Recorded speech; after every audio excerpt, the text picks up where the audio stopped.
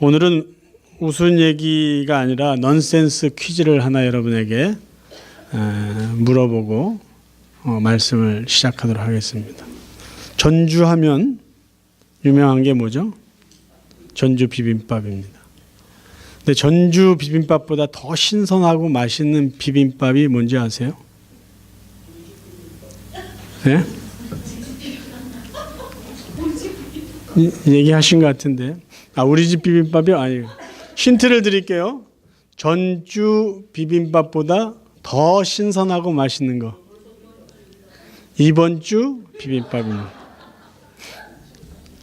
자, 오늘 계속해서 이제 출애굽기 말씀을 나누겠습니다. 오늘은 이제 아직도 뭔지 모르세요? 아시죠? 오늘은 출애굽기 3장 이 본문을 통해서 하나님이 어떤 분이신가를 좀 우리가 이해해 보기 원합니다. 왜 하나님을 우리가 자꾸 이해하고 알려고 하느냐? 이유는 한 가지입니다. 하나님을 더 잘 알면 알수록 하나님을 더 잘 믿을 수 있기 때문이에요. 하나님을 더 잘 이해하면 이해할수록 하나님을 더 잘 섬길 수 있기 때문입니다. 그런데 문제는 하나님은 너무나 크신 분이기 때문에 우리가 스스로 하나님을 이렇게 알고 이해하기는 쉽지 않습니다. 하나님을 우리가 알고 이해할 수 있는 방법은 하나님이 보여주시는 만큼밖에 몰라요. 그래서 오늘 출애굽기 3장 이 전반부에 하나님이 어떻게 당신을 모세에게 보이셨는지 그걸 우리가 살펴보면서 하나님이 우리에게 그분을 계시하신 그것을 좀 자세히 살펴보고 하나님을 좀 더 잘 이해해 보기를 원합니다. 자, 첫 번째 본문에서 하나님은 어떤 분으로 나타나셨냐 하면은 현존하신 하나님이십니다. 이 말을 쉽게 표현하면 지금 존재하시는 분이라는 뜻이에요. 1절에 보면은 모세가 하나님을 처음 대면하는 곳이 호렙산이라고 나와 있어요. 호렙산. 호렙산은 신의 산이랑 같은 말입니다. 그러니까 성경 어느 부분에는 신의 산이라고 되어 있고 어느 부분에는 호렙산이라고 있는데 같은 산을 다르게 표현한 것이죠. 근데 여러분 호렙이라는 단어의 뜻이 뭐냐면 폐허, 황폐, 이렇게 버려졌다라는 뜻이에요. 그러니까 그 호렙산이라는 것은요, 신의 산은 굉장히 볼품없는 산입니다. 그러니까 버려진 산과 같이 별 쓸모가 없는 산이라는 의미예요. 저도 1992년에 그 호렙산을 한번 올라갔다 온 경험이 있습니다. 그때 제가 느낀 것은 참 산도 어떻게 이런 산이 있나.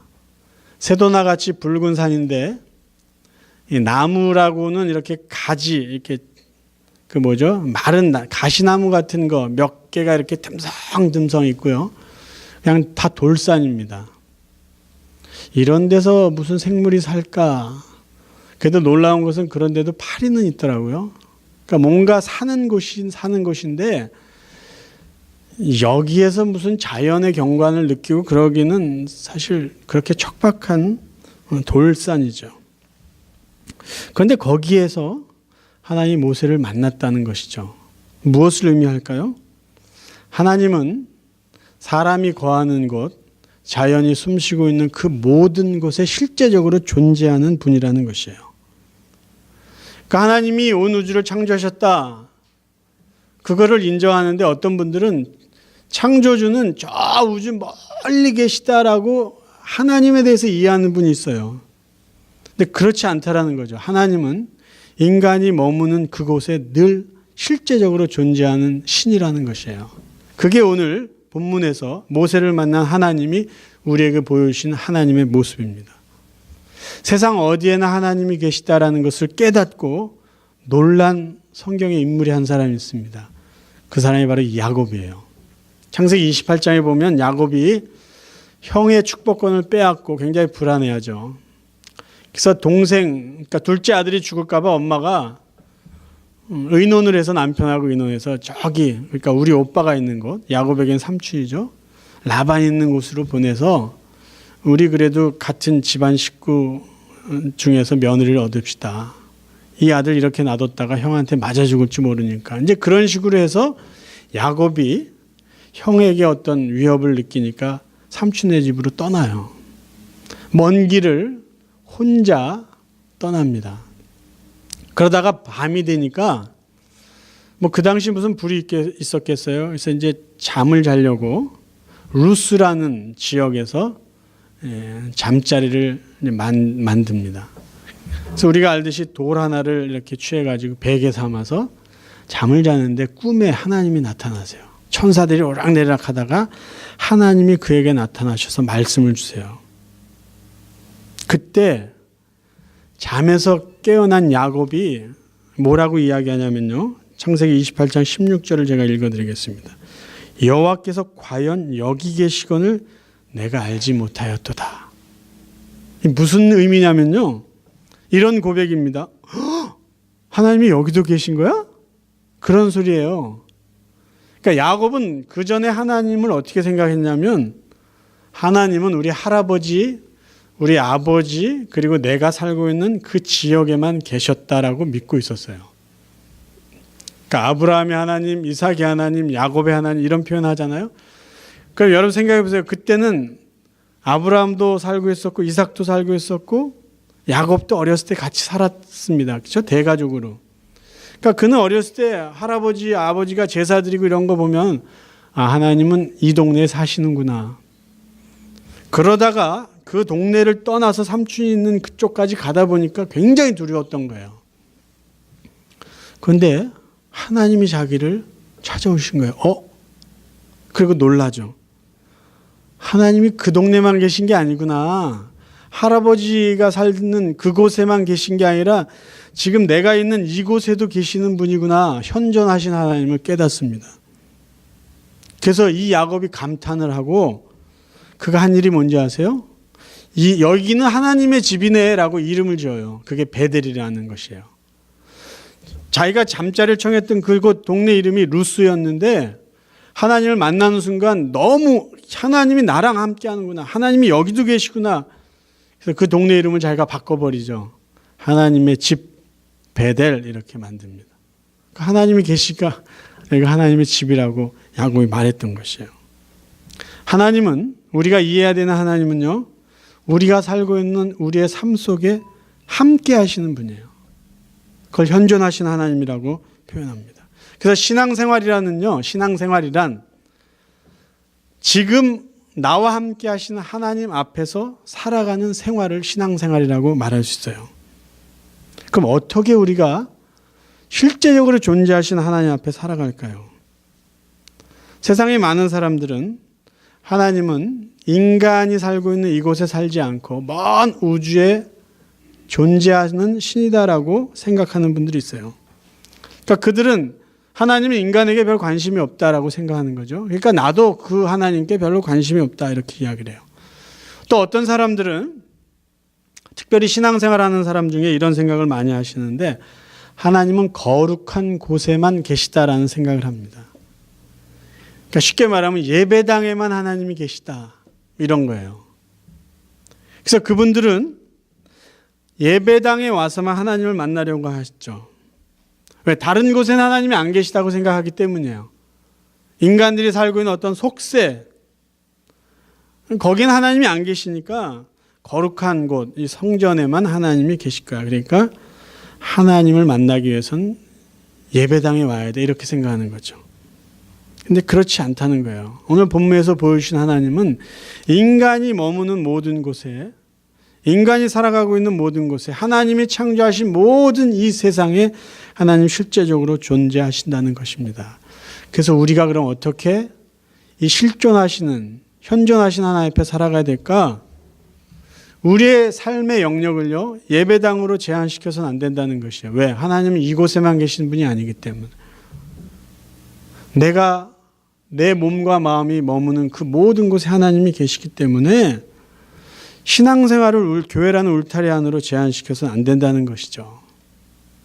내가 머무는 그곳에 하나님이 실제적으로 존재하시니까 그 하나님을 의식하면서 살아가야 되는 것이 우리가 현존하신 하나님 앞에서 살아가야 될 삶의 모습이라는 겁니다.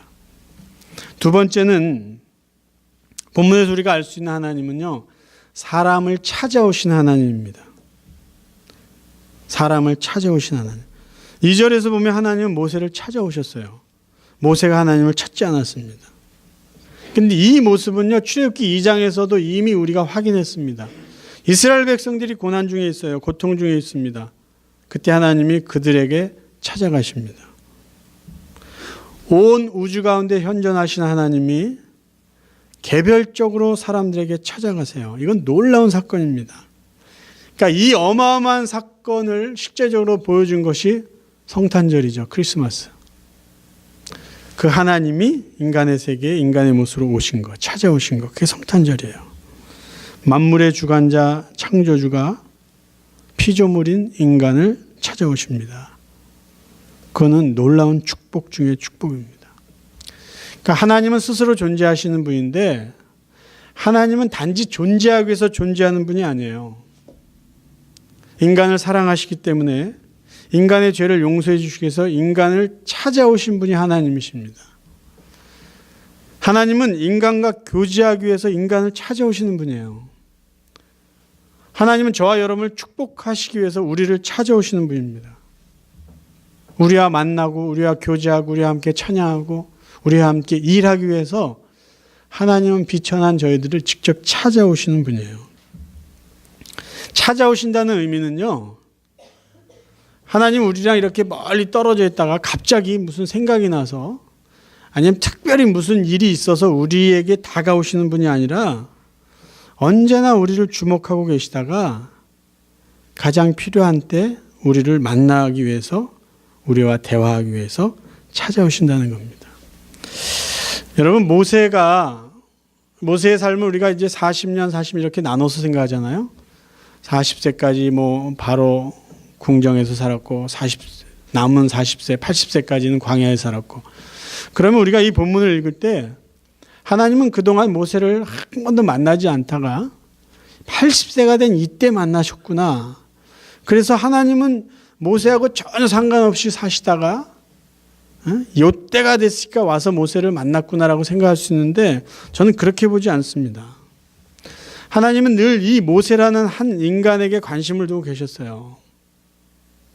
모세가 느끼지 못했을지 몰라도 늘 모세를 주목하고 계시다가 이제 준비된 그때에 모세에게 직접 나타나신 거죠. 그리고 그에게 사명을 주신 거죠. 오늘 주목해 봐야 될 것이 하나 더 있는데 그것은 모세를 하나님이 찾아오신 현장이 어디냐라는 것이에요. 지금 모세가 자기 장인의 양을 먹이는 그 자리에 하나님이 찾아오십니다. 제가 알기에 그 시내산에 먹을 것이 얼마나 있었는지 모르겠어요.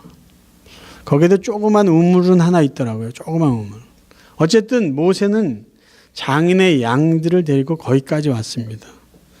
모세가 양을 치는 것은 지극히 일상적인 일이었어요. 너무나 평범한 일입니다. 그때 하나님 모세를 찾아오세요. 자, 하나님이 우리를 만나기 위해서 찾아오시는 그 현장은 어디일까요? 우리 삶의 가장 일상적인 지극히 평범한 삶의 현장에 하나님은 찾아오신다는 거예요. 하나님 우리를 만나기 원하시는 시간은 일주일에 한 번, 주일 아침 정해진 시간만이 아니라 우리가 그냥 살아가고 있는 그 평범한 시간에 하나님 우리를 찾아오세요. 근데 우리가 만나기 원하지 않고 그분을 외면한다면 하나님 우리를 못 만나시겠죠. 우리가 일하는 시간, 우리가 밥을 먹는 시간, 우리가 친구를 만나고 우리가 TV를 보고 우리가 좋아하는 어떤 오락을 하는 그 시간에 하나님 우리를 찾아오신다는 것이에요. 그 왜 굳이 하나님은 그런 평범한 시간에 우리를 찾아오실까요? 일상생활 가운데 지극히 평범한 시간 가운데 하나님이 우리의 주인이 되기를 원하시기 때문이에요. 하나님이 우리와 교제하기 원하시기 때문입니다. 하나님은 우리를 교회에서만 만나기 원하시지 않으세요. 예배당에서만 하나님이 우리에게 하나님이 되기를 원하지 않으시고 모든 일상적인 삶 가운데도 하나님은 우리에게 영광을 받기 원하신다는 겁니다. 가정에서도 직장에서도 장을 보는 마켓에서도 어디서나 그래서 하나님이 우리를 찾아오시는 것은요, 일상적인 평범한 시간 속에서 찾아오십니다. 그래서 저희들은 어떻게 살아가야 될까요? 언제 어느 곳에서 주님을 만날 준비를 해야 된다는 것이에요. 부끄럽지 않게, 자연스럽게. 그게 우리가 하나님을 만나기 위해서 준비하면서 살아가야 될 삶의 모습입니다. 본문에서 우리에게 보여주신 하나님의 세 번째 모습은요, 인간을 사랑하시는 하나님이십니다. 본문 2절에 보면 아주 하나님의 모습이 신비하게 나타난 것이 있어요. 하나님 모세에게 자신을 불로 이렇게 나타내 보여주십니다. 떨기나무에 불이 붙어 있는데 그게 거기서 하나님의 음성이 나오는 거예요. 근데 놀라운 것은 떨기나무가 불이 붙었는데 그 나무는 타지 않는다는 거죠. 그러니까 타긴 타는데 재가 돼서 없어지지 않는다는 것이에요. 아마 상황이 이랬을 거예요. 모세가 양무리를 데리고 가는데 조용한 그 시내산에 어디서 파작파작 이런 나무 타는 소리가 났을 거예요. 이렇게 보니까 여러분 밝은 사막 지역에 이렇게 불꽃이 이렇게 나무가 타도 그 불 잘 안 보입니다. 이런 경험해 보셨잖아요. 저녁이나 되면 뭐 이렇게 불이 잘 보이지만. 그러니까 제가 봤을 때 파작파작 뭔가 타는 소리가 났을 것 같아요. 그 모세가 이렇게 보니까 저기 나무에 불이 붙었네. 그러고 보는데 나무가 불이 붙어 있는데 타서 이렇게 재가 되지 않는 거예요. 그러니까 신기하니까 그 앞으로 다가갈 때 주님의 음성을, 하나님의 음성을 듣습니다. 이것하고 하나님의 사랑하고 무슨 관계가 있을까요? 하나님이 저희를 사랑하시는 모습은요, 자신을 태우시면서 우리를 사랑해 주세요. 그러니까 이 자신을 태우시면서 사라지지 않는 이 떨기나무가 곧 하나님의 사랑을 상징하는 모습이라고 저는 이해한다는 것이죠. 무슨 말이냐? 하나님은요, 우리가 당할 고통을 당신이 짊어지시고 우리를 사랑해 주세요. 하나님은요, 우리의 죄의 대가를 자기가 짊어지시고 죄에 대한 그 고통을 자기가 짊어지시고 우리를 사랑해 주시는 분이라는 거예요. 하나님의 사랑은요, 우리의 이해를 초월합니다. 죄는 제가 졌는데, 죄는 여러분이 졌는데, 죄에 대한 대가는 하나님이 다 가져가셨어요. 그리고 우리는 죄에 대해서 아무런 대가를 지불하지 않도록 해주셨다라는 것이죠. 하나님은 사랑의 하나님이라고 이야기하고 또 하나님은 공의의 하나님이라고 이야기합니다. 근데 이것은요, 모순이에요. 사랑은요, 모든 걸 다 품어주고 용서해 주는 걸 사랑이라고 하고요. 공의는요, 잘못을 따지고 그대로 보상해 주는 게 공의입니다. 그래서 잘했으면 칭찬, 잘못했으면 벌. 근데 하나님의 공의는요, 죄에 대해서는 죽음으로 심판하시는 게 하나님의 공의입니다. 근데 어떻게 하나님은 사랑과 공의를 동시에 실현할 수 있었죠? 바울이 로마서에서 그것을 설명해 주고 있는데 제가 그것을 여러분에게 오늘 간단하게 좀 설명해 드리기 원합니다. 하나님이 이 세상에서 가장 사랑하는 존재는 인간이에요. 인간. 더 쉽게 표현하면은 저예요. 저. 그러니까 여러분 한 사람 한 사람을 이 세상에서 가장 사랑하세요. 근데 하나님이 이 세상에서 가장 싫어하는 것이 뭐냐면 죄를 짓는 거예요. 하나님을 하나님으로 인정하지 않는 것. 하나님 외에 다른 것을 섬기는 것. 그걸 하나님이 가장 싫어하세요. 근데 이제 제가 예를 들어 설명합니다. 하나님이 저를 가장 사랑하는데 제가 하나님이 가장 싫어하는 죄를 졌어요. 그래서 제가 죄인이 됩니다. 그러면 하나님의 사랑과 하나님의 공의가 공존하시는 분이 하나님인데 그럼 저를 어떻게 심판하셔야 될까요? 그리고 어떻게 저를 사랑하셔야 될까요? 그 방법을 당신이 저의 죄를 짊어가시면서 저를 용서해 주시는 방법으로 선택을 합니다. 자, 설명을 드릴게요. 예수님이 이 땅에 오셨어요. 제가 여기 있습니다. 제 안에 있는 죄를 예수님이 가져가세요. 예수님 안에 있는 의, 거룩함, 깨끗함을 저에게 주세요. 저는 갑자기 의인이 됐고요. 예수님은 갑자기 죄인이 돼요. 왜? 저 때문에, 저의 죄를 가져가셨기 때문에. 그 다음에 하나님의 공의를 실현하십니다. 예수님, 죄인이 된 예수님을 죽이세요. 왜? 죄의 대가는 죽음이니까. 하나님이 자기를 죽이세요. 저를 죽여야 되는데 저를 사랑하시니까, 저를 용서해 주시니까, 그러고 싶으시니까 저의 죄를 가져가시고 당신이 죄에 대한 대가, 죽음을 지불하십니다. 자기를 태우시는 거예요. 자기를 죽이시는 거예요. 저는 그분 때문에 용서받고 죽지 않게 되었던 것이죠. 하나님의 사랑과 하나님의 공의를 동시에 실현하는 것이 바로 예수 그리스도의 십자가의 죽음과 부활입니다. 그래서 로마서 4장 25절에 이렇게 말하죠. 예수는 우리 범죄함을 위하여 내어줌이 되고 또한 우리를 의롭다 하심을 위하여 살아나셨느니라. 죄 때문에 죽으신 거예요. 예수님은 죄가 없는데 왜 죽어야 됐습니까? 저의 죄를 가져가셨기 때문에 그 죄 때문에 죽으신 거예요. 그럼 왜 부활하셨죠? 이제 죄가 없다고 이야기해 줘야 될 거 아니에요. 너희들은 죄 없다. 죄 없는 자가 어떻게 되느냐? 나처럼 이렇게 영원히 산다. 그걸 보여주기 위해서 부활하신 거예요.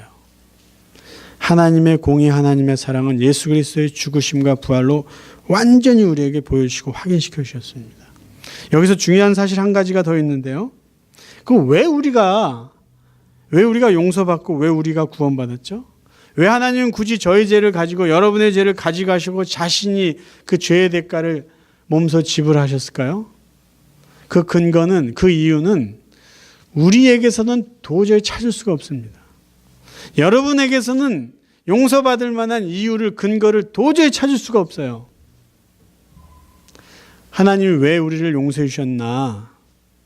그거는요, 하나님으로부터 출발했기 때문에만이 가능한 거예요. 우리 안에서는요, 절대로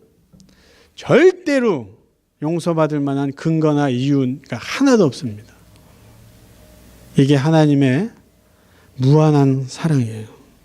무한한 은혜입니다. 그래서 저희들은요, 그 구원, 용서, 은혜 앞에 할 게 하나밖에 없어요. 감사합니다. 감사합니다. 그러니까 우리가 살아가야 될 삶의 모습은요, 감사뿐이라는 것이죠. 본문에서 보여주는 하나님의 네 번째 모습은요, 말씀하신 하나님이에요. 자, 4절, 5절, 6절, 7절에 가라사대라는 단어를 여러분 한번 찾아보세요. 가라사대가 3번 나오고요. 이르시대가 1번 나와요. 그러니까 우리 식으로 오늘날 언어로 표현하면요, 하나님이 말씀하시되 이거 아니에요? 하나님이 말씀하셨습니다. 이런 말 아니에요? 그러니까 하나님이 모세를 찾아오신 이유는 말씀하시기 위해서 오신 거예요. 그리고 하나님이 말씀하신 구체적인 내용은 7절부터 10절에 다 나와 있죠. 자, 아주 단순한 이야기를 제가 지금 하겠습니다. 하나님은 말씀하시는 분이에요. 누구에게 말씀하실까요? 하나님이 창조한 모든 피조물에게 말씀하시는 분이에요. 그러니까 하나님은 그 누구에게도 말을 들으실 필요가 없는 절대적이고 완전한 분입니다. 절대 주권을 가지셨어요. 그렇죠? 완전하신 분이에요. 그러니까 하나님은요, 이 세상을 창조하실 때도 말씀으로 창조하셨고요. 하나님 창조한 모든 피조물에게 하나님은 말씀으로 명령하고 선포하고 따라오라고만 하실 그럴 분이에요. 그렇죠? 이걸 누구도 부인할 수 없는 사실이에요. 그렇다면 피조물은 무엇해야 되는 존재죠? 말씀을 들어야 되는 존재입니다. 따라야 되는 존재예요.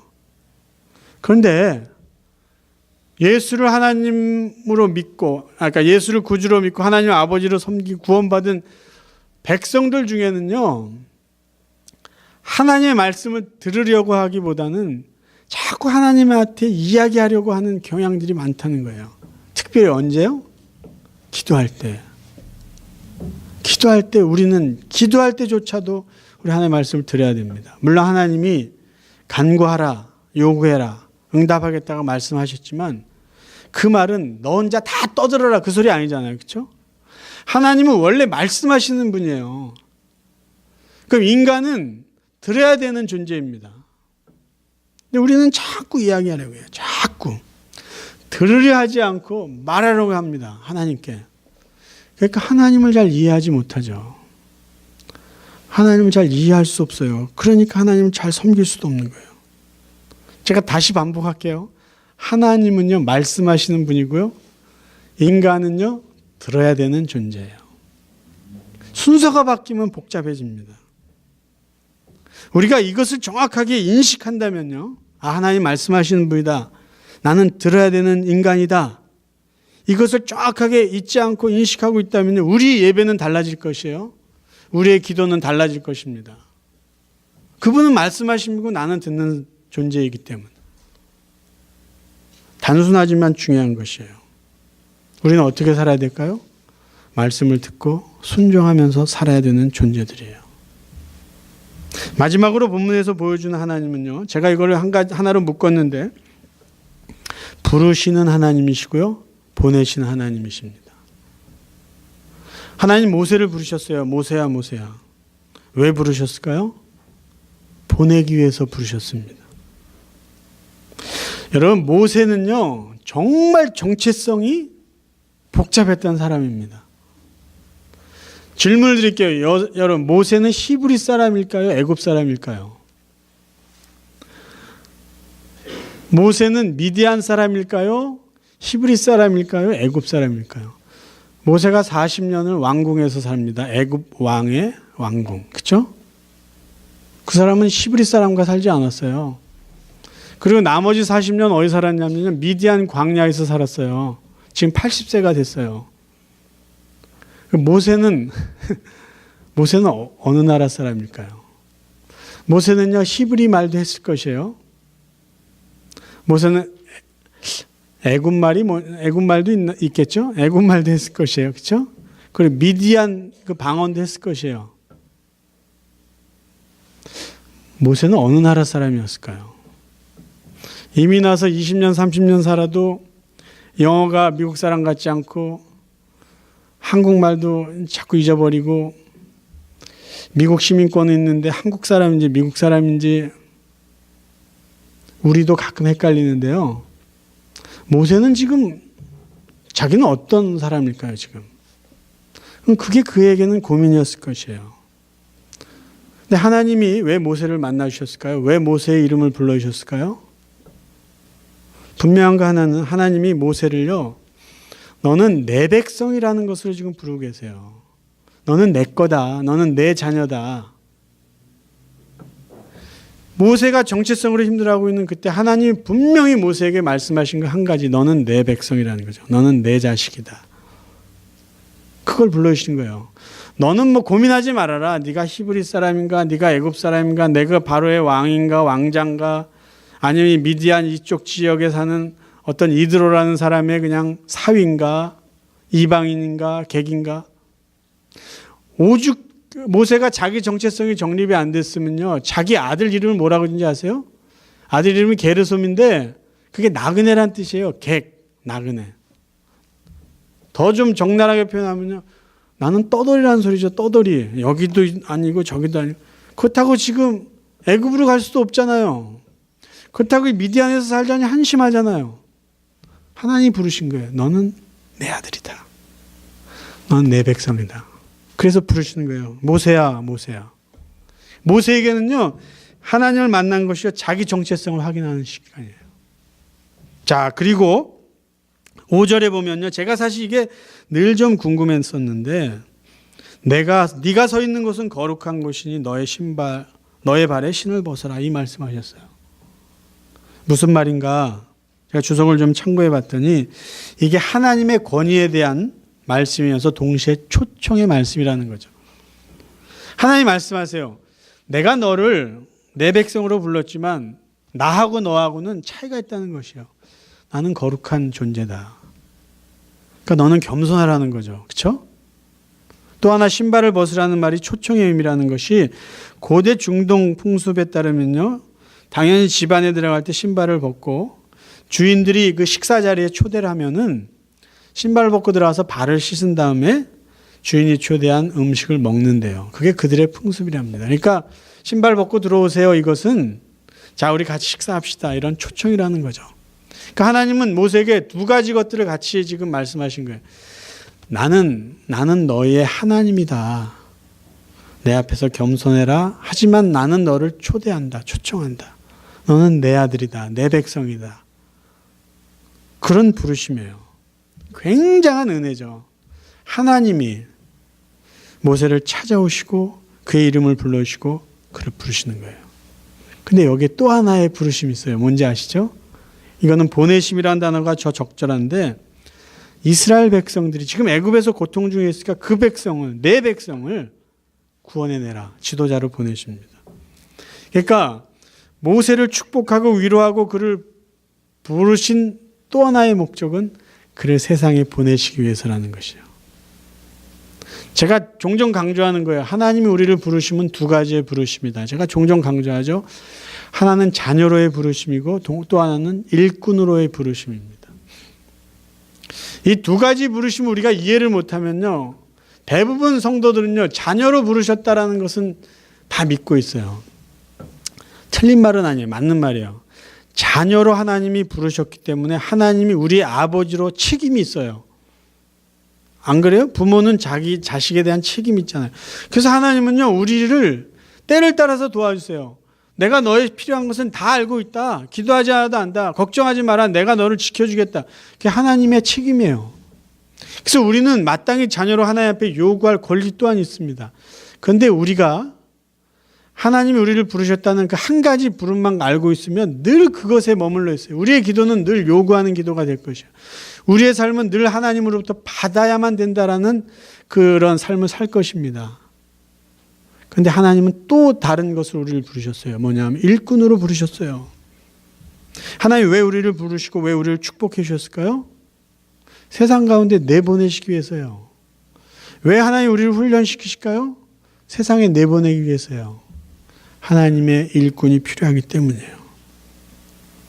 또 한 가지 그 가운데 우리가 여기서 본문에서 주목하고 싶은 게 있는데 그건 뭐냐면 하나님께서 모세를 부르신 나이예요. 나이. 80세. 와, 80세. 이제 성경에서 말하는 120세를 우리가 지금 살아가고 있습니다. 그렇죠? 근데 왜 하나님은 40년이 지난 모세의 나이가 80이 됐을 때 왜 모세를 불렀을까라는 것이에요.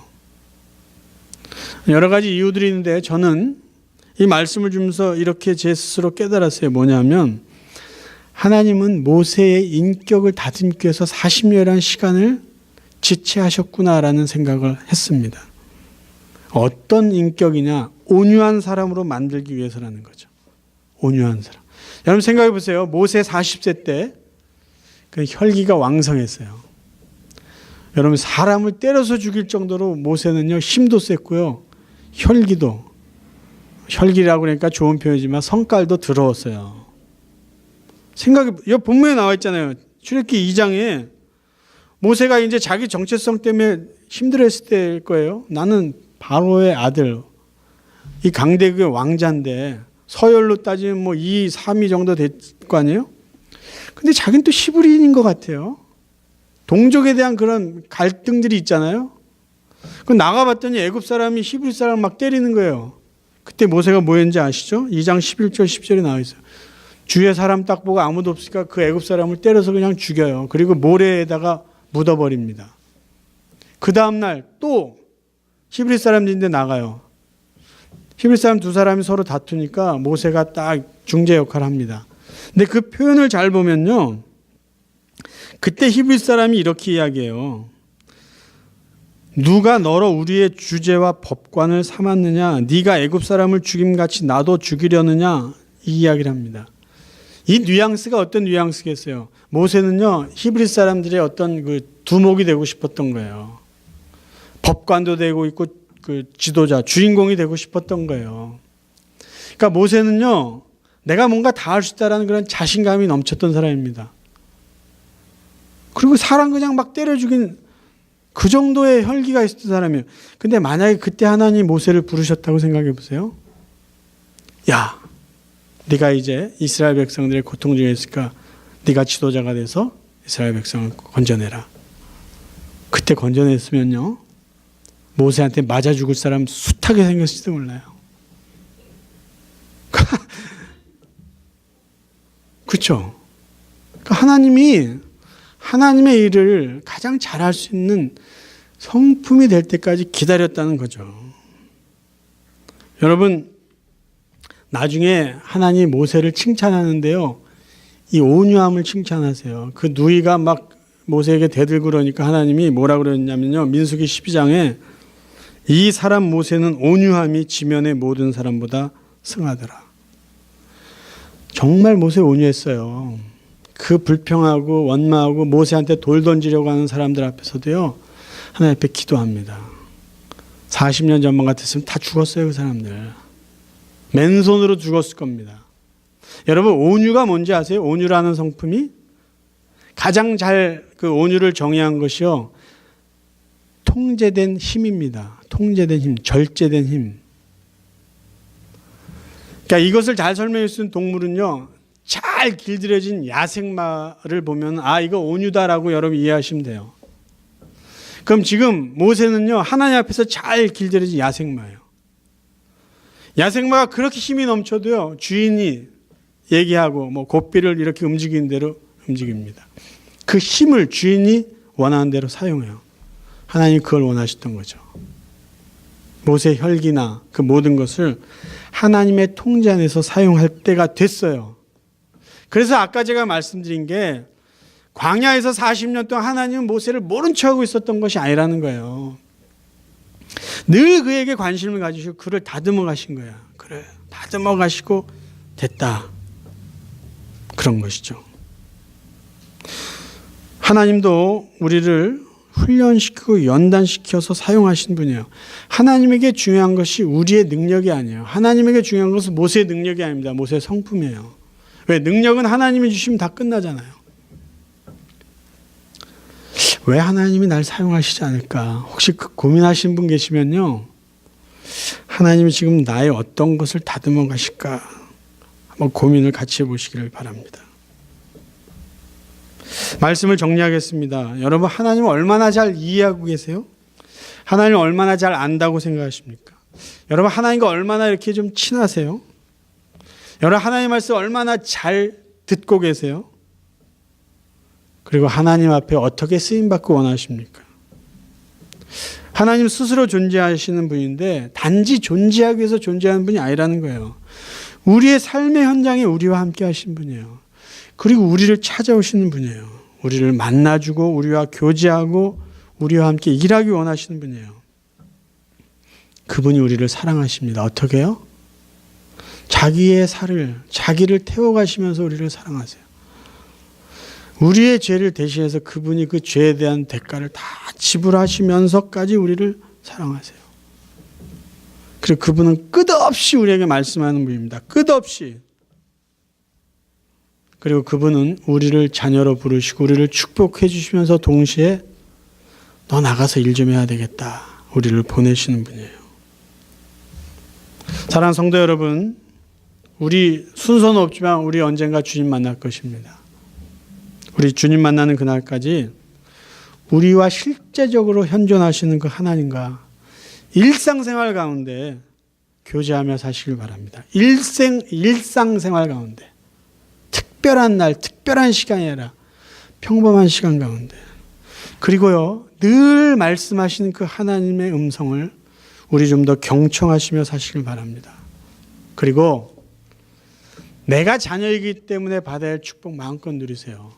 하지만 나를 또 일꾼으로 보내시는 그 하나님 앞에 잘 훈련받고 다듬어져서 이 세상 가운데서 하나님의 일꾼으로 귀하게 쓰임받는 정말로 복된 성도들이 되시기를 주님의 이름으로 축원합니다. 우리 이 시간 같이 한번 기도하겠습니다.